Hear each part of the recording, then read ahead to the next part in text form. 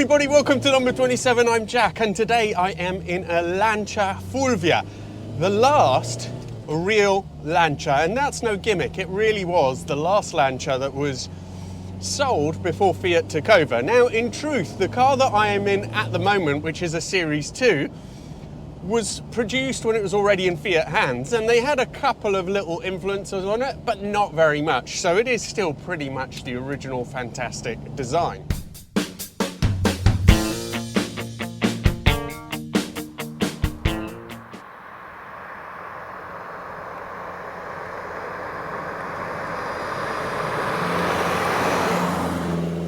Now, one of the incredible things about this car, and I'll tell you more about that later, but you would never say that it was more expensive than an E-Type when it was being sold, but in actual fact it was. And that is because these Lancias, like all the Lancias before, were a lot more than the sum of their parts.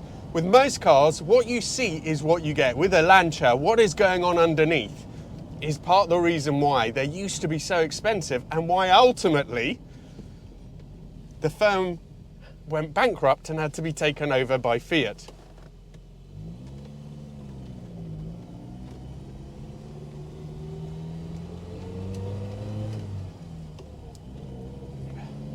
Now, I have always hankered after a Fulvia, but for whatever reason, I don't know why, it's just never quite worked out.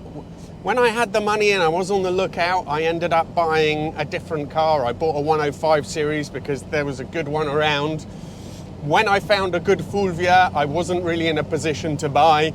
Couple of years ago, 3 years ago, I did a test on a Series 1 Fulvia, comparing it, because I was madly thinking as a daily of having that instead of my BMW 1 Series, but obviously there was no way that that was going to work, and that Series 1, although fairly priced, was pretty worn, so it wasn't for me. Now, this car, Tony, who brought the Europa, that you should by now probably already have seen in one of the videos, also mentioned he had a couple of Fulvias, because I love them so much. I said, oh, would you please bring one down?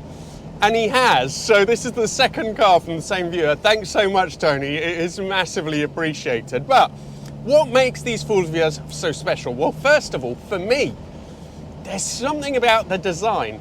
I mean, they are pretty, but it's a delicacy about it. It's just it's incredibly classy. The design generally, but also the interior and the details and the engineering that goes on underneath everything that you're seeing. It's just so cohesive. They are just incredible little jewels of cars.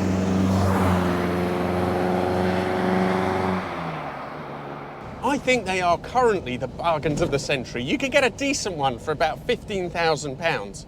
If you look at competitor of the time, which is the Alfa 105 series, the coupe version, they did a junior 1300, so that's the same engine size as this. And those go for about double, at least £30,000. You could argue the engineering's pretty good for the time on those as well, but I don't know. Well, they're different cars, really. But this is a very special thing. It has a V4 engine, very narrow angle V4. Lancia had a history of using those. And in this car, one of the shocking things at the time, for a car that was so expensive and so top end, was that for this car, it was front wheel drive, which is just, to us, it seems like a bad thing. But don't forget, in the early 60s, front-wheel drive was a really new, fancy thing. And maybe perhaps that's why they went with it. But having the V4 engine had the fantastic sort of benefit that it was quite short. So because the engine on this car sits ahead of the axle, it's important that the weight is as far back as possible. So having that V4 configuration, as well as it being really different, helps. So while we're in it, how does it drive? Well, the driving position I do find a bit tricky myself, I have to say. If I was ever to own one of these, I'd have to really consider that, because it is the epitome of Italian short leg, long arms. And normally, in most Italian cars, that doesn't particularly bother me. I can make it work. But I have to say, in this, at the moment, I'm finding it a little bit difficult to get used to. The interior is just fabulous and is one of the things that I really love about these. It's just got such class. The detailing, the sort of switch gear. The first cars had even nicer switch gear on the left, the steering wheel, but the rest is very similar here, and it is just lovely. The attention to detail. These doors, the way they open the little door catchers, so solid, so delicate. The catch on the boot, all that stuff is just the seats on these and the detailing around them. There's just an incredible air of quality. No wonder they couldn't make any money on these, even though they were so expensive. It's because they were led by quality, not by profit. Sadly, that's what ended up taking Lancia down. But oh my God, these are just incredible bargains.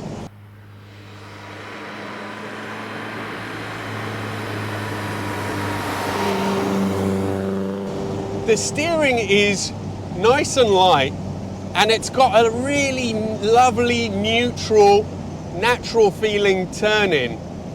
Quite slow rack, but that's okay. That seems to work. And the whole car just feels so together. I'm flabbergasted, because actually in some of the detailing of these, you'd think, but that sounds quite ancient. So at the front, it's got independent suspension, but it's got a leaf spring. At the back, it's got a solid axle with a panhard rod for location. And then leaf springs again. So you'd think, oh, this will feel a bit bumpy, it'll feel a bit crappy on a road like this, like an MG would. But in actual fact, it doesn't.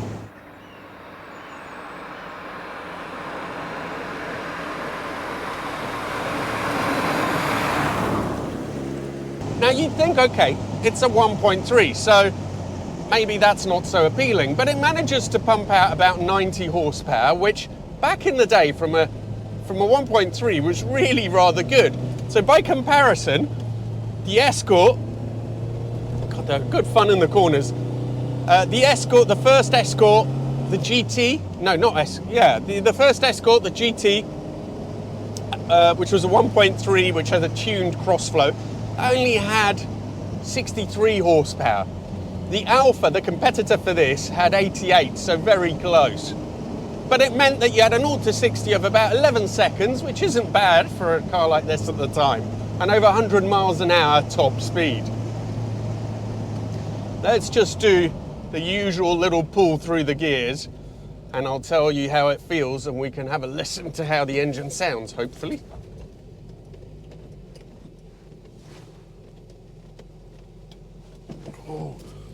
Now it's got a 5-speed gearbox, but that is this Series 2. The Series 1's had a 4-speed, which they say is a bit nicer to use.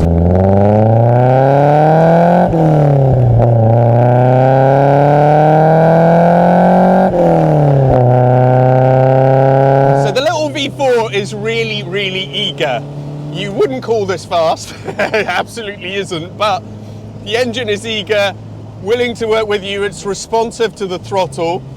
The gearbox is nice and smooth, works quite well really with the rest of the car. It's maybe a little bit long for my liking ideally. I'd be interested to try Series 1 and see if that is significantly better. But it's so together, this little car. So much better than you think it will be. And although the roads are a bit grimy, so it went a little bit wide there, it's got more grip than you think it should have. And it handles the road so well. It feels like a sophisticated car.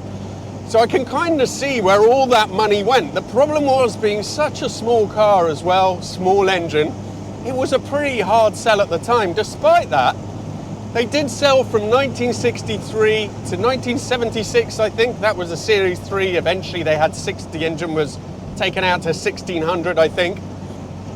But they are little jewels, these cars. They really are fantastic. Now, another really strange feature about the Fulvia is that the engine isn't straight in at the front. It's canted at 45 degrees, and that was for a couple of reasons, really. First of all, it allowed a much lower bonnet line, but perhaps more importantly, it lowered the center of gravity. So again, it's an example of Lancia doing above and beyond, always doing what is absolutely best in terms of the car, not necessarily what was best in terms of sales or of marketing.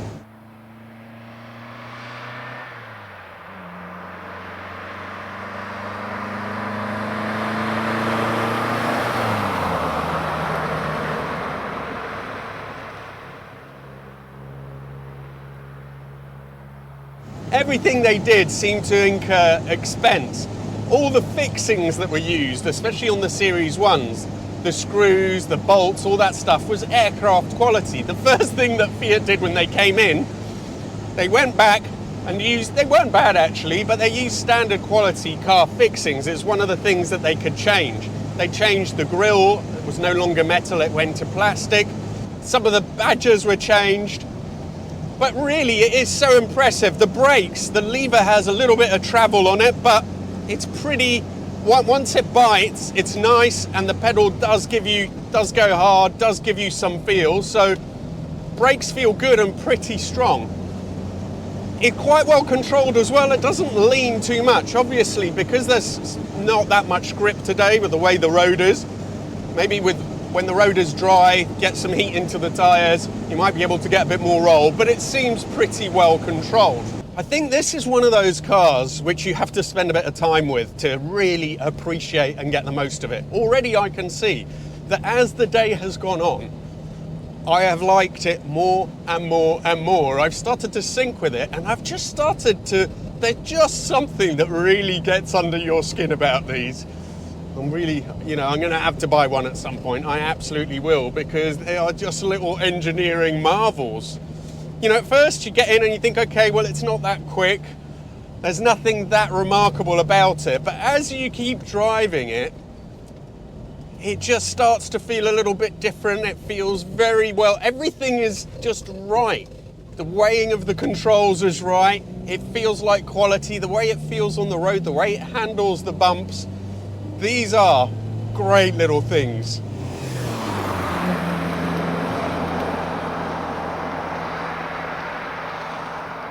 I really adore this little car, and it is something, it is a car that is on my radar. So I'm going to have to buy one sooner rather than later. I don't have too many cars at the moment, so perhaps, I don't know, perhaps now is the time.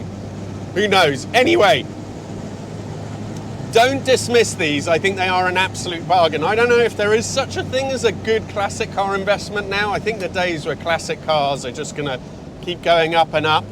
I think those days are over, really. But all the same, I think if there is a bargain, this one is it. The values just haven't really changed very much in the last few years. They've always been around sort of 10 to 15 to 20, depending on the model and the range.